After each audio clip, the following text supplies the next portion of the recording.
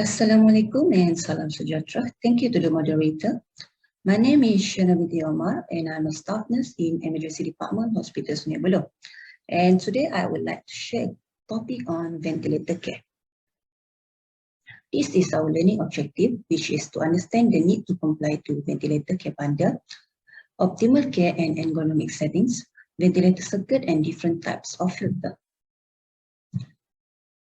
Critically ill patients are always synonym with ventilation. Most of critically ill patients are intubated and sedated. These mechanically ventilated patients are at high risk for developing complications such as ventilator-associated pneumonia, peptic ulcer disease, gastrointestinal bleeding, venous thromboembolic events, aspiration, and problems with secretion management. So why ventilator care is important? Ventilator care is important as it is to prevent hospital-acquired inpatient and all those complications before.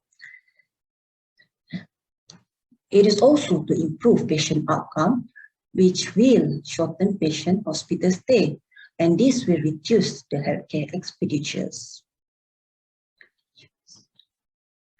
Ventilator bundle was created to prevent all these complications. It is a standardized evidence-based intervention that can reduce the risk and incidence of complications such as the VAP. There are 4 components in ventilator bundle, which is act of bed elevation, spontaneous awakening trial, peptic ulcer disease prophylaxis, and deep vein thrombosis prophylaxis.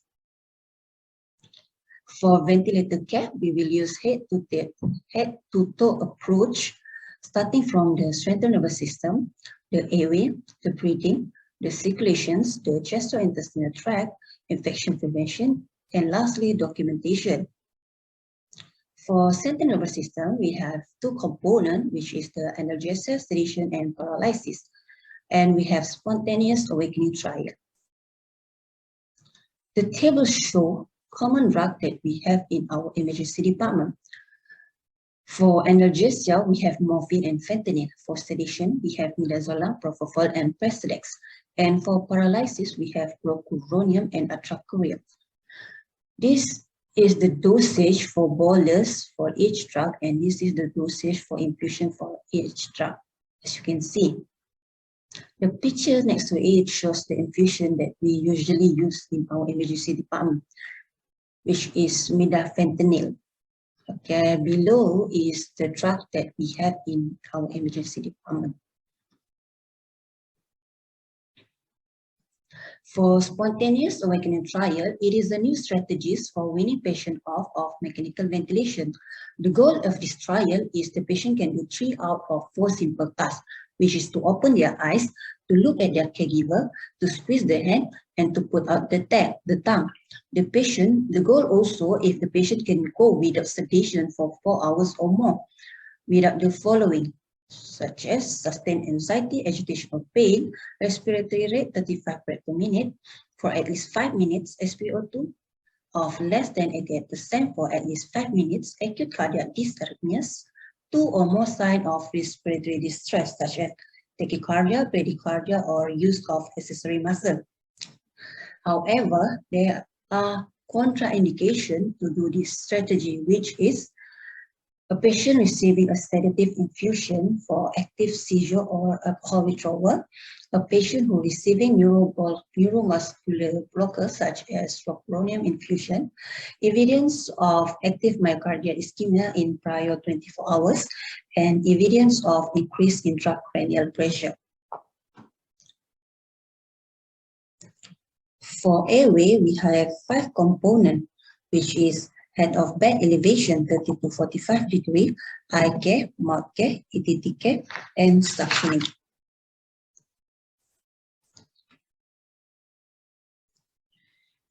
It is recommended to do a head of bed elevation 30 to 45 degrees.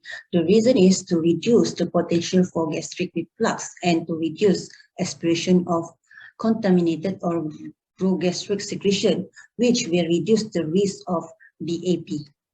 Okay. Besides, it will also help to improve ventilation. How does it help in improving ventilation? When we put patient on spontaneous mood setting, The diaphragm will move easier during inspiration as the abdominal contents are lower in the cavity. Those will improve the ventilation. However, there are exclusion criteria for elevation of patient head of fat, which is patient on high dose of vasopressor or inotropes, patient on intra-aortic balloon pump, a patient with spine or pelvic instability, a patient who has compromised circulation, such as central venous line at the neck, agitated patient where the patient has a risk of falling out of bed. For oral care, it is important to do oral care on a ventilated patient. It is to reduce bacterial in oral mucosa. Those will decrease the potential of bacterial colonization in the upper respiratory tract. This is the method that we use, which is teeth brushing twice a day, routine oral care every 2 to 4 hours, use of chlorhexidine 0.2% mouthwash. As you can see in the picture, this is how we teeth brushing a patient. And this is the chlorhexidine mouthwash that we use. This is the toothpaste that we have used, and this is a Vaseline cream that we apply on patient lip to prevent it from dryness.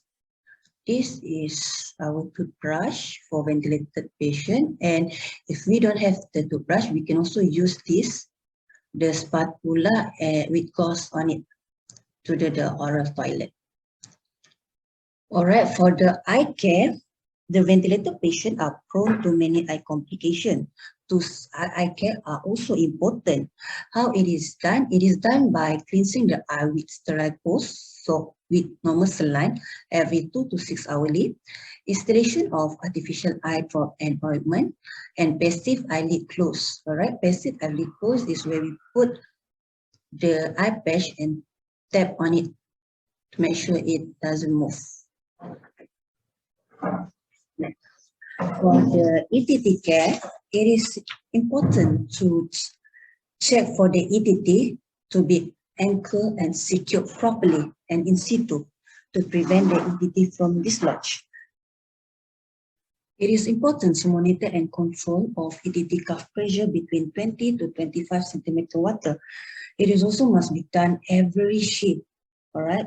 Why? It is to prevent leaking, where leaking will cause the EDD to be dislodged, or to prevent the cuff too tight, where it can cause tracheal stenosis.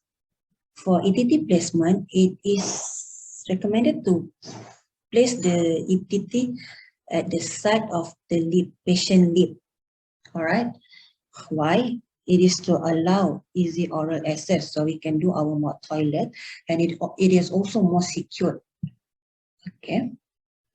Next, for EDD connection to the circuit, place it vertically or sideways of patient. Never put it on patient as to prevent the risk of infection. Okay, this is a cuff manometer where we use to check our cuff pressure. The green one is the normal pressure, which is 22 to 32, our target. All right, for suctioning, it is important to do regular suctioning for intubated and ventilated patient. It is to prevent secretion pooling, which will cause bacterial colonizations. All right. It must be done regularly, which is 2 to 4 hourly, or even hourly in a patient that have a large and thick secretion. Okay, it is also can be done prior to feeding to make sure that the airway is clear from secretion and ensure the feeding will run smoothly. Okay, don't forget to put a protective cover for oral suction device. Okay, cover our younger suction to prevent risk of infection. And we also use closed suction catheter in our emergency department.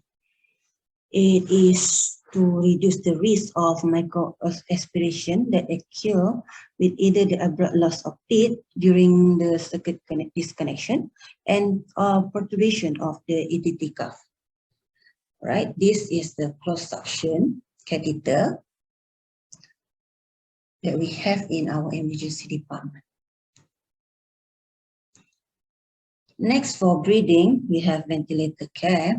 For ventilator, this is the ventilator that we have in our emergency department. As a paramedic, it is important for us to check the ventilator every shift. Every day we come to work, all right? For the circuit replacement, it must be done weekly or when it's visibly soiled to prevent contamination. And then don't forget to use HME filter to increase the moisture content in inspired cases and to prevent condensation in the circuit. The filter must be changed daily or when soiled. And then for the setting, make sure the setting is the same as ordered by the doctor. All right, and for the alarm, as a paramedic, we must always alert to the ventilator alarm. So every time the alarm goes on, we must go and check and correct it. If you are unable to correct it, we can ask help from our supervisor or our senior. For the battery, make sure that the ventilator battery always full. All right, connect it to power supply. Next, for the circulation, we have 4 components, which is monitoring, fluid maintenance, deep vein thrombosis, prophylaxis, and positioning. For monitoring, critically ill patient must have a continuous monitoring, where we must attach the BP, blood pressure, the cardiac monitor, and respiratory rate. All right. The monitoring must be done continuously. There are 3 ways we can do a monitoring on a patient, which is clinically, hemodynamically, and biochemically. What is the meaning by clinical? The clinically monitoring is done when we see the patient in general as a whole. It is to check for any hidden symptom and the progression of disease. For example, patient mode of breathing, the use of accessory muscle, the skin, the color, temperature, and the patient conjunctiva. For hemodynamic monitoring is monitoring where we monitor the left function of the heart, where we can check the pulse volume, CRT, the blood pressure, and we can also do ultrasound and echo and our CBD insertion. All right, while for biochemical is where we do a blood investigation such as an ABG. We do ABG every shift or every time the doctor changes the setting to make sure the patient can tolerate the setting change. All right. For non-invasive monitoring, we have pulse rate, blood pressure, respiratory rate, saturation of oxygen, temperature, GCS charting, and ABG. For invasive, we have invasive arterial blood pressure. We have this in our emergency. And lastly, for urine output, do continuously monitoring of urine output with the aim of 0.5 to 1 ml per kg per hour, meaning all intubated patients must have a CBD so we can easily monitor the urine output. Next, for the fluid maintenance, all patients that are intubated and sedated must have a fluid maintenance unless the patient is already on full feeding. Okay. The goal of the fluid is to prevent dehydration and to maintain the normal fluid and electrolyte balance. The fluid must be adjusted based on patient input, output, and insensible loss. Okay. Next, for deep vein thrombosis prophylaxis, patients that are intubated and sedated have a high risk developing deep vein thrombosis. The risk factors include immobility and stress inflammatory response resulting in hypercoagulation. That's why it is important to start the patient on deep vein thrombosis prophylaxis as soon as possible. It can be done pharmacological or mechanical. For patients that have contraindication for the pharmacological drug, we can use the mechanical way. Mechanical prophylaxis include intermittent pneumatic compression, IPC, and TED stocking. The IPC, we doesn't have it in our emergency, but we have it in ICU. Okay, we only have TED stocking in our ED. For the pharmacological prophylaxis, we have 3 types of drug, which is subcut 5,000 unit PD, enoxaparin 40 mg OD subcut, and fandaprinox 2.5 mg OD subcut. For positioning, it is important to do a 4 to 6 hourly positioning on a patient that are ventilated, but make sure the patient is stable to be positioned. This is to prevent the risk of pressure ulcer. As you can see in the picture, if the patient lying supine for too long, they can develop a stress ulcer in this area, which is the sacrum, the scapula, back of the head, elbow, and the heel. All right. Next, for the gastrointestinal tract, we have 3 components, which is enteral feeding, peptic ulcer prophylaxis, and prokinetic agent. The patient that already intubated and sedated, enteral feeding will be start within 24 to 48 hours of intubation. The goal of this feeding is to provide adequate calories and proteins to prevent or correct the nutrient deficiency, to preserve the gastric mucosa function, to promote wound healing, to enhance wound healing, and enhance host immune function. Okay, this is several type of nutritional feeding that we have in our emergency department. This is a new machine where we can use this to give a continuous feeding. There are 4 ways in giving feeding for patients that are intubated, which is continuously, cyclic, intermittent, and bolus. The one that we commonly use in our ED is the bolus feeding, which is every 4 hourly feeding with 1 4 hourly feeding bolus. Okay, when patient is in prone, we usually use continuous feeding, and intermittent feeding will be used when patient is supine after prone. Next, we have peptic ulcer prophylaxis. Patient that intubated and sedated has increased risk of serous ulcer and subsequently gastrointestinal bleeding. Additionally, bacterial colonization of the stomach can lead to infection of the respiratory tract through aspiration of the stomach secretion. Okay, there is 2 types of drug that we use in our emergency, which is proton pump inhibitor and histamine 2 receptor antagonist. Proton pump inhibitor may be used in a patient on NSAIDs, which is our IV Pento 40 mg OD, and other patient can use the IV ranitidine 50 mg TDS. Next, we have a prokinetic agent. Enteral feeding that we give are poorly tolerated by clinically ill patient due to the impaired gastrointestinal mortality. That's why we also will start prokinetic agent on this patient. The goal is to increase the rate of luminal transit as well as the force of contraction. Those will improve the tolerance of enteral and reduce the gastroesophageal reflux. The drug that we have is metoclopramide or methadone with the dose of 10 mg TDSB. Next, we have the infection prevention. There are 4 components, which is sponging, hand hygiene, sterile technique, and wound care. Sponging will be done every day if there are no contraindication. We will use chlorhexidine gluconate 4% wash and chlorhexidine washcloth to do our sponging. Then hand hygiene, don't forget our 5 moments of hand hygiene, which is before touching the patient, before clean or aseptic procedure, after body fluid exposure risk, after touching the patient, and after touching patient's surrounding. For wound care, if the patient have a wound, we will do a daily dressing with normal saline, okay?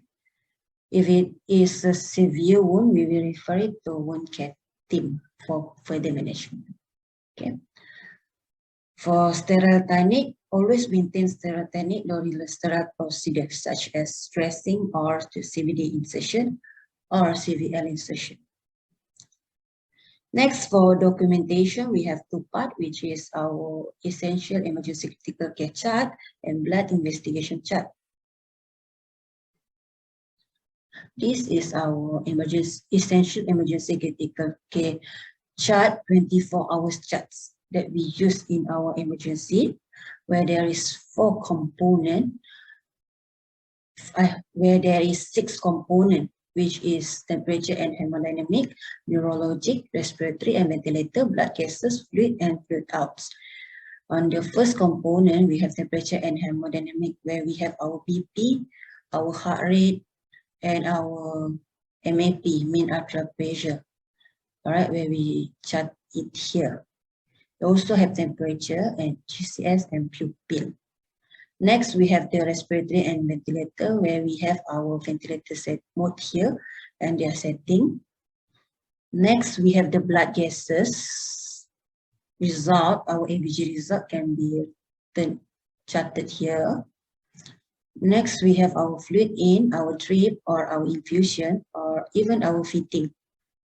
This is where we chart it, and this is our fluid out from the rice tube, urine, the bowel, or the drainage. If the patient have chest tube, we chart it here. All right, every shift we will calculate fluid in and fluid out and calculate it for balance. Is it positive or negative?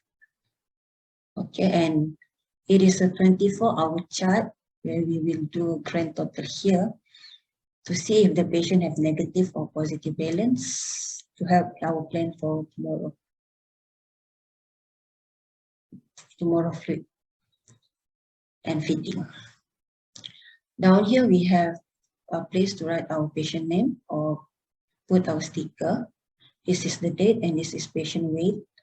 This is for EDD size and anchor at what, where, 22 or 22 cm. Okay, for the next page, we have our VAP bundle, which is our airway and oral hygiene, head positioning and breathing and medication. Then we have a contraindication for these procedures, which is our head positioning and DVT prophylaxis. Well, this is the contraindication for both procedure. Then we have our thrombophlebitis chart here, where we have outline and peripheral line. We check it every shift. Is it still functioning well? Is there a sign of deviation? And score here. This is our medication part chart, where we will check our medication if we already gave it or not.